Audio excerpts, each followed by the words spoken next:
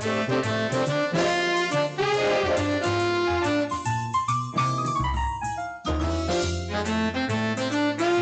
para pendengar Suyanto.id dimanapun Anda berada, selamat malam, mudah-mudahan selalu sehat walafiat. Tetaplah bersama channel Suyanto.id, sebuah channel pendidikan, channel untuk berbagi pengetahuan dan belajar sepanjang hayat. Malam ini kita punya tamu yang sangat istimewa. Sebelum saya kenalkan, tapi jangan lupa klik subscribe supaya Anda semua mendapatkan YouTube yang terbaru dari Suyanto.id. Nah, tamu istimewa kita adalah yang pertama kali Profesor Dr. Imam Tolkah, kemudian yang kedua adalah Ibu Pendeta Dr. Henry T.T. Huta Barat Lebang. Panjang, tapi nama akrabnya, panggilan akrab beliau adalah Ibu Eri. Namanya Ibu Eri. Ya, kita sapa dulu Prof. Imam. Assalamualaikum, Prof. Imam. Waalaikumsalam, Prof. Yanto. Selamat malam, Ibu Eri. Selamat malam, Prof. Yanto. Ya, mudah-mudahan kita semua selalu sehat karena sehat itu sangat penting. Ya, sehat, alhamdulillah. Ya, gini Pak Prof. Imam dan Bu Eri, kita kan di BSNP membuat berbagai standar. Kebetulan Pak Imam dan Bu Eri adalah merupakan PIC, person in charge, untuk membuat standar pendidikan khusus. Apa itu sebetulnya, Prof. Imam?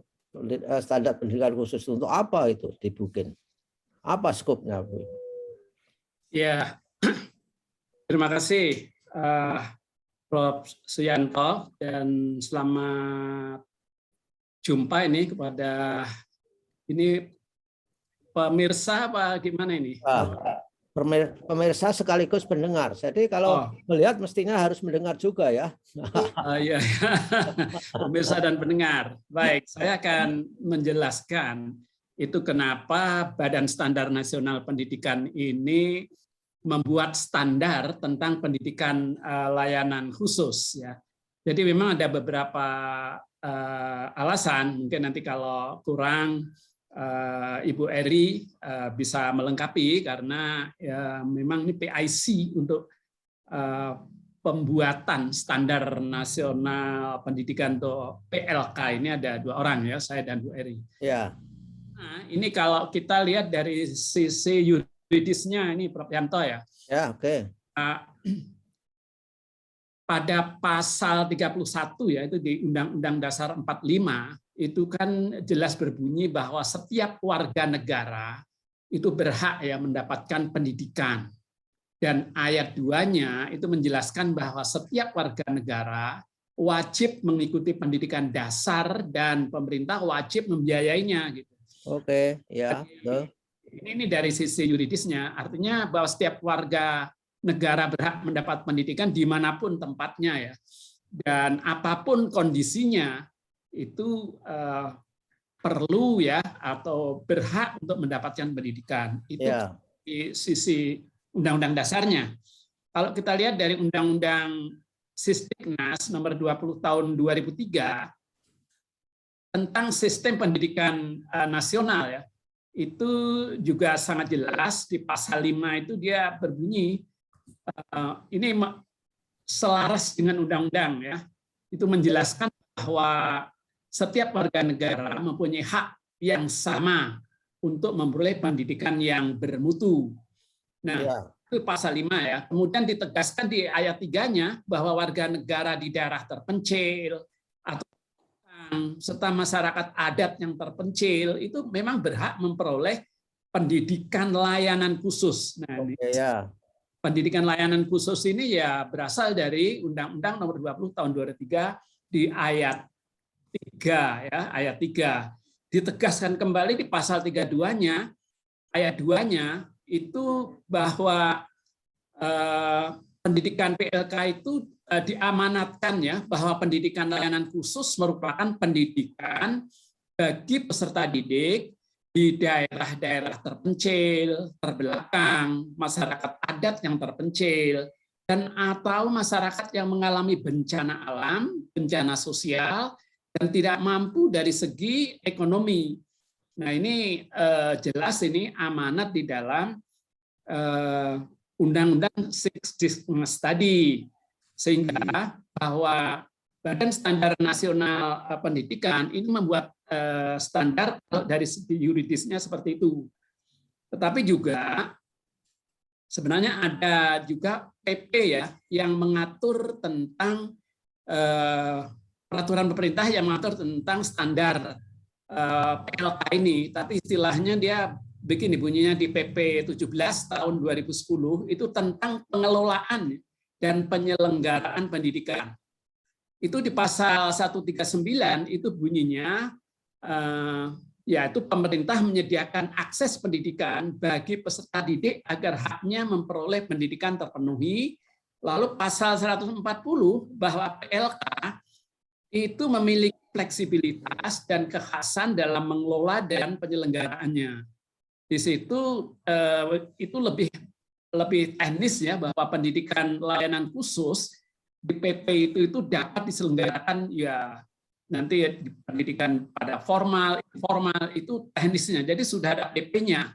Tetapi dalam PP itu disebutkan bahwa penyelenggaraan layanan khusus itu dari kurikulumnya itu harus mengikuti standar nasional pendidikan.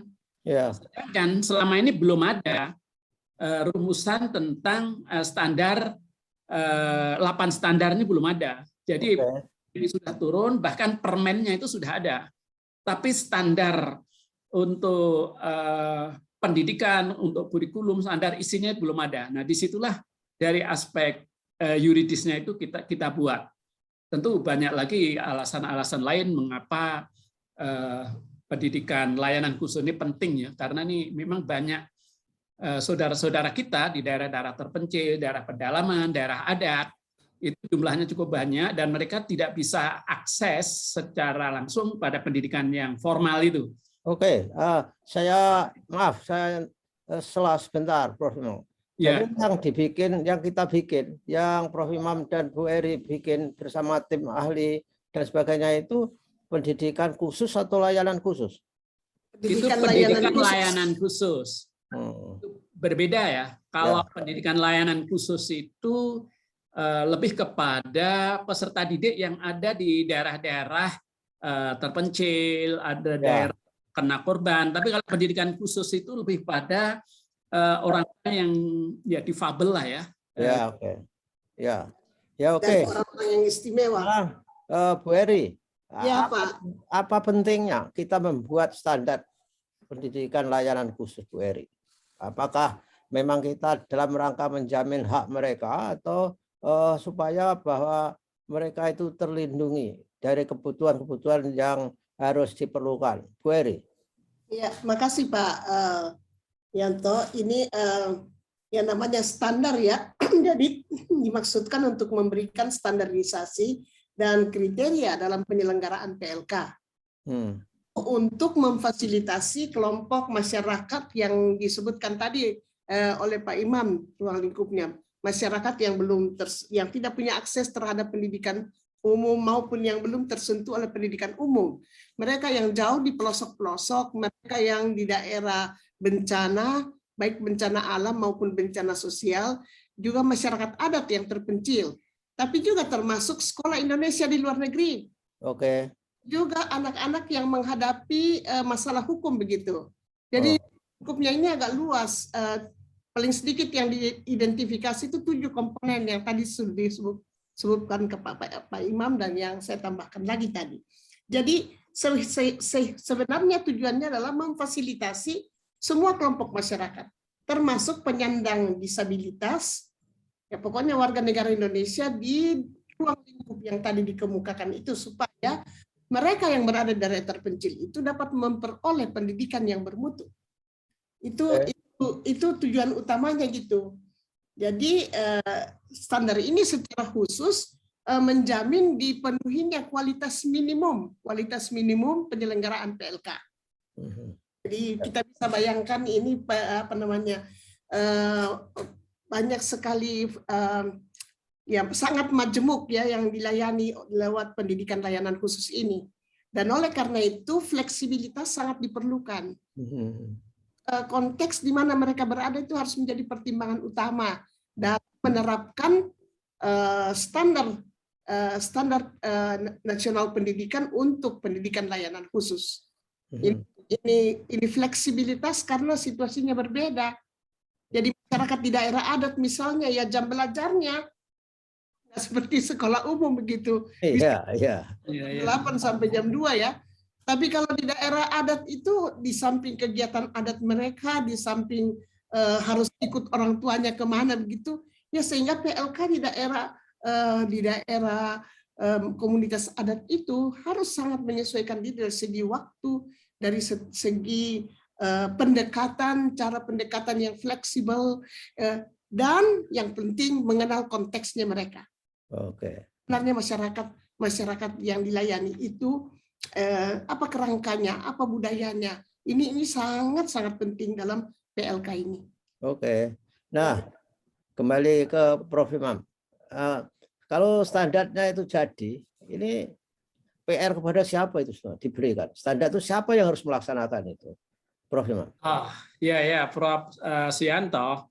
Kalau standar ini jadi, tentu ini standar ini kan akan diberikan kepada Kemendikbud lah. Ini standar ini kalau sudah jadi, memang masih ada step untuk ditandatangani oleh menteri dan itu berlaku umum.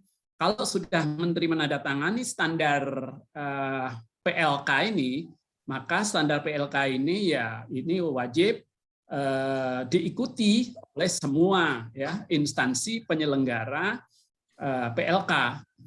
Jadi penyelenggara PLK ini memang kalau nanti bentuknya ini Prof. Yanto ya, kalau ini jadi ini kan baru draft ya, belum diuji publikan ya. Jadi nanti PLK ini memang memiliki kekhasan ya sebenarnya. Khas itu yang pertama bahwa PLK kan bisa diselenggarakan secara formal, non formal dan informal. Nah, dan prinsipnya tadi Bu Eri menyebutnya fleksibel. Artinya waktunya tidak sama dengan sekolah formal. Bisa saja dalam seminggu itu masuk hanya beberapa kali gitu. Tetapi kita memberikan peluang kepada peserta didik ini yang sangat fleksibel dari segi waktunya dan materi yang dipilihnya. Karena itu nanti mungkin bisa lebih 6 tahun, bisa 7 tahun, 8 tahun untuk kelulusan untuk mengikuti standar ini. Tetapi di dalam standar itu bahwa misalnya anak-anak tidak pengen untuk melanjutkan ke jenjang pendidikan tinggi, ya dia akan memperoleh sertifikat kompetensi sesuai dengan apa yang dipelajari. Jadi itu kelebihan dari PLK ini. Karena mungkin anak-anak di pedalaman tidak pengen melanjutkan, tetapi ya mereka pengen hanya mencari ilmu dan keterampilan yang bisa digunakan di daerah setempat. Ya, oke. Dan Bu Eri, ketika standar ini dibuat, bagian mana yang sulit nih? Mengatur yang terpencil, terluar, tidak bisa akses secara ekonomi, atau lebih sulit lagi mengatur standar untuk anak-anak yang berkebutuhan khusus, Bu Eri. Ini kan juga termasuk skop juga ya, anak-anak berkebutuhan khusus itu. Di sini. Enggak, Pak. Itu masih itu standar khusus, Pak. Oh, lain ya. Ini yang ini yang jadi ini beda pendidikan khusus dengan pendidikan layanan khusus. Jadi sudah dipisahkan, Pak. Ya, oke. Itu yang lalu ada di satu direktorat untuk itu, tapi sekarang kan sudah tidak ada lagi. Standarnya juga dipisahkan, Pak. Ya, ini layanan. Kecuali ada pengecualian Bu Eri ya, kalau nggak salah itu. Iya, kalau misalnya berkebutuhan khusus di daerah bencana, di daerah terpencil boleh juga itu. Ya, kalau misalnya ada anak difabel di daerah bencana, masuk sekolah darurat misalnya atau masuk itu termasuk dalam standar PLK. Tapi arahannya saya kira lebih banyak nanti kalau sudah dia lebih banyak nanti dari standar pendidikan khusus gitu, Pak. Ya. Karena pendidikan khusus, karena ini layanan khusus yang dipentingkan itu layanannya ya ini, dan ketika itu kan variasinya banyak sekali ya, dari Betul. orang-orang yang Betul. secara sosial, secara ekonomi, kemudian Ya. secara budaya. Ini paling sulit menentukan standar yang mana ini, Bu Eri. Ya. Ketika kita Ya. harus menghadapi banyak ragam itu gimana Betul. caranya? Ya, yang disebut standar ini standar Pak Yanto. Ya, yang standar minimal yang ya lebih yang bisa diterapkan kepada semua kondisi itu, tetapi itu tadi fleksibilitas tadi dengan juga memperhatikan beberapa faktor. Misalnya bagaimana PLK itu membekali peserta didik dengan keterampilan dan keahlian melalui kegiatan pengembangan diri misalnya berdasarkan kearifan lokal. Ini penting sekali Pak, kearifan lokal. Ya, betul. Dan potensi daerah. Jadi sangat kontekstual. Saya kira pendidikan layanan khusus ini sifatnya sangat kontekstual. Disesuaikan dengan konteksnya. Nah, standar ini menjadi acuan Pak. Menjadi acuan yang harus yang harus ikut mempertimbangkan konteks lokal itu, potensi daerah. Tapi yang pokok bagaimana menolong naradidik itu supaya mereka hidup mandiri, supaya mereka dapat juga ya konsep pendidikan Ki Hajar Dewantara ya, pendidikan yang memerdekakan. Bagaimana mereka merdeka batinnya, merdeka pikirannya juga, merdeka tenaganya untuk mempertajam daya cipta mereka, rasa dan karsa. Nah ini saya kira ini lebih banyak dimungkinkan dalam konteks PLK Pak. Ya, bagaimana ya ini kalau kita lihat anak-anak di tim ahli dari PLK ini Pak luar biasa. Misi ada practitioner, mereka langsung melayani bekerja di daerah misalnya anak suku dalam misalnya. Jadi pengalaman mereka itu sangat bermanfaat dalam menyusun konsep ini Pak. Standar ini sangat karena mereka dari lapangan. Ada juga yang dari satu tempat ke tempat lain tapi pada umumnya di daerah terpencil. Dan wisdom mereka itu sangat bermanfaat dalam penyusunan standar ini gitu. Iya. Ya. Dan Prof Imam, layanan khusus ini kan dikatakan fleksibel tadi. Ini karena kan bisa mungkin bahwa layanannya itu tidak sesuai dengan kalender akademik misalkan saja. Ya, betul. Betul. Ya, misalnya saja di daerah gempa atau gunung meletus, itu kan selama mereka ada di situ, selama menjadi korban dari bencana itu. Sehingga sebetulnya pendidikan layanan khusus itu bisa juga attach kepada sekolah formal tetapi dalam kondisi yang tidak normal. Begitu kan? Ya, betul. Iya, iya. Saya kira betul Prof Yanto bahwa kalender untuk pendidikan PLK itu tidak harus sama dengan kalender pendidikan yang sifatnya formal itu. Karena nunggu datangnya bencana ya. Iya, ya, itu ada yang sifatnya darurat. Ya. Ada juga pelayanan sifatnya yang darurat, ada juga sebenarnya yang tidak dalam arti darurat bencana ya, bencana alam atau bencana sosial. Kalau misalnya pelayanan khusus pendidikan untuk anak-anak pemulung misalnya ya di perkotaan ya, itu juga ya yang sudah menyelenggarakan. Jadi dia kalendernya itu kadang-kadang ya tergantung kepada kesepakatan antara si peserta didiknya dengan penyelenggaranya gitu. Ya. Kapan dia waktunya luang tidak memulung misalkan saja. Ya, betul. Ya. Anak jalanan misalnya kalau mereka pagi lebih ini ya mungkin sore baru ada semacam pendidik PLK buat mereka ya. Betul. Atau mereka yang ya ini seharusnya tidak boleh anak bekerja ya, tapi banyak juga anak secara tidak formal gitu. Ya. Nah, ini mereka terikat dengan ya apa kata bosnya kan jam kerja, sehingga PLK itu pendidikan untuk mereka itu harus menyesuaikan diri dengan itu, sehingga keleluasaan juga dibutuhkan di sini, keleluasaan dalam mengelola waktunya, mengelola sumber daya ya. Ini bisa sangat kompleks juga Pak Yanto. Iya betul. Dalam penyelenggaraannya ya. Iya, iya betul, betul. Kompleks. Karena mengandung darurat itu. Kalau begitu, Prof. Imam, Ya. dalam konteks pendidikan layanan khusus, berarti guru yang tadinya sekolah formal itu kan bisa tiba-tiba menjadi guru pendidikan layanan khusus. Misalnya ketika sekolah dia itu diterjang lahar, misalnya. Oh Bisa iya, nggak? bisa, itu sangat bisa. Bahkan di dalam sistem PLK itu formal itu bisa saja sekolah formal itu mengadakan layanan khusus bisa juga, Pak Yanto. Oke. Saja hanya dalam ya keadaan darurat, mungkin di daerah-daerah pinggiran, misalnya katakan ada SD formal itu membuka layanan khusus dan diajar oleh guru-guru SD bisa juga. Itu yang sistem terintegrasi. Jadi ada dua konsep saya lihat itu di sistem pelayanan pendidikan khusus ini. Jadi terintegrasi di dalam satu jenis pendidikan, misalnya mulai jenjang SD, SMP, SMA itu bisa saja menjadi satu. Jadi satu, tapi satu ada Layanan. posisinya ya. Tetapi bisa juga terintegrasi dengan sekolah-sekolah yang sudah ada gitu. Dan guru-guru yang sudah ada itu bisa menjadi guru itu. Apalagi kalau keadaan darurat itu ya memang sekolah-sekolah itu yang memiliki guru bisa mengajar di situ. Atau begitu. Oh, kalau begitu Bu Eri, kalau begitu gurunya itu juga termasuk standarnya harus fleksibel itu. Tidak harus guru sebenarnya. Bisa jadi tokoh masyarakat atau apa Ya, jadi betul.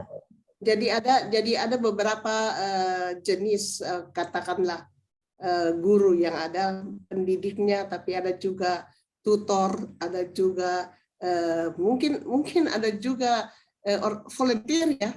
Volunteer misalnya di daerah-daerah bencana itu ya. Volunteer, tapi volunteer itu diarahkan oleh guru yang mendapat tanggung jawab untuk sekolah untuk pendidikan layanan khusus itu. Jadi berafiliasi mungkin kepada sekolah SD di satu tempat misalnya, berafiliasi ke sekolah itu, lalu gurunya ya karena tidak mungkin guru dari sekolah itu akan semuanya pergi ke tempat layanan khusus itu ya, pelayanan tempat bencana, sehingga dibutuhkan volunteer misalnya orang tua kah, atau ya orang-orang yang mau volunteer di situ tapi di bawah bimbingan guru yang ada di situ, pendidik yang ada di situ. Jadi ada pendidik, ada juga tutor, ada juga relawan. Jadi pendamping ya, itu fleksibel juga, tapi tentu ada kriterianya Pak. Guru itu apa kriterianya, guru dan pendidik dan tenaga kependidikan ada kriterianya juga yang disebutkan di dalam di dalam standar ini Pak. Kalau misalnya mencari kriteria nggak ketemu, Bu Eri, sedangkan di situ sudah harus membutuhkan layanan khusus, apa yang terjadi itu, Bu Eri? Bisa nggak? Banyak Pak, situasi seperti itu banyak sekali Pak. Ya. Selalu ada volunteer gitu. Oke. Volunteer dalam kenyataannya begitu. Ada beberapa tempat bencana yang nggak ada guru di situ Pak. Iya betul. Daerah terpencil.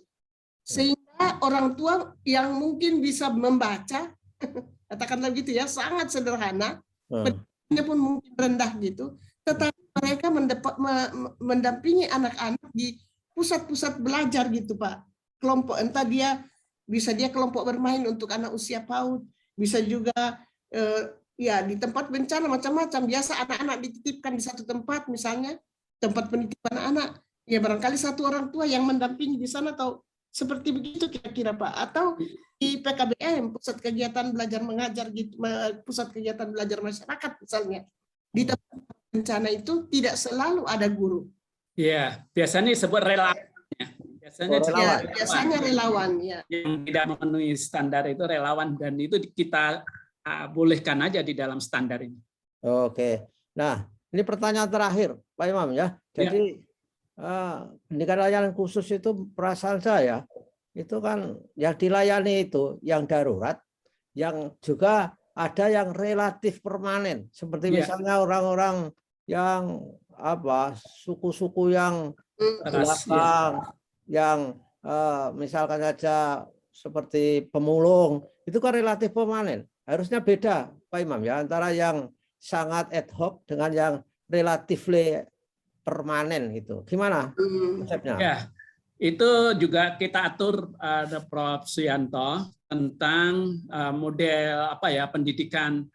Kalau itu daruratnya itu kurang dari 6 bulan itu kita gitu. masukkan di dalam PLK. Tapi kalau dia lebih dari 1 semester itu boleh kita membuat standar PLK itu. Nah, untuk itu yang pertama. Yang kedua, standar untuk PLK yang sifatnya permanen itu juga sebenarnya juga dibedakan. Kayak model apa istilahnya kemarin diskusinya double track gitu.